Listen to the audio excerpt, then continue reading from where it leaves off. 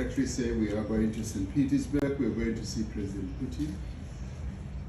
And in the key elements that I pointed out, I did say that as all of us here, we respect the UN Charter. For us, that is a very important and key charter that unites various countries of the world. And in our discussions with President Putin, we will be talking about the importance of the UN Charter. And we know the first group that is calling for a peaceful settlement, that has articulated the issue of respect for the sovereignty of countries. Many others have, and so we are also reiterating what has been said.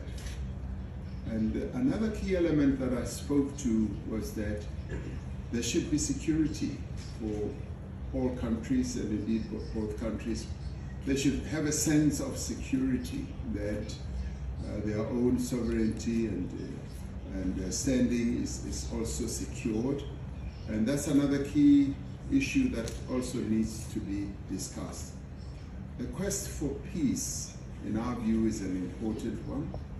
And the launching of the missiles today, in our view, does not deter us and has not stopped us from continuing to call for de-escalation. It is precisely this type of event that we saw today, or witness, or even experience, that makes us call for de-escalation. And there are offensives on both sides, and we are saying those must be de-escalated as both countries proceed on the road to peace. And the road to peace is not an easy one. It's often a very difficult one.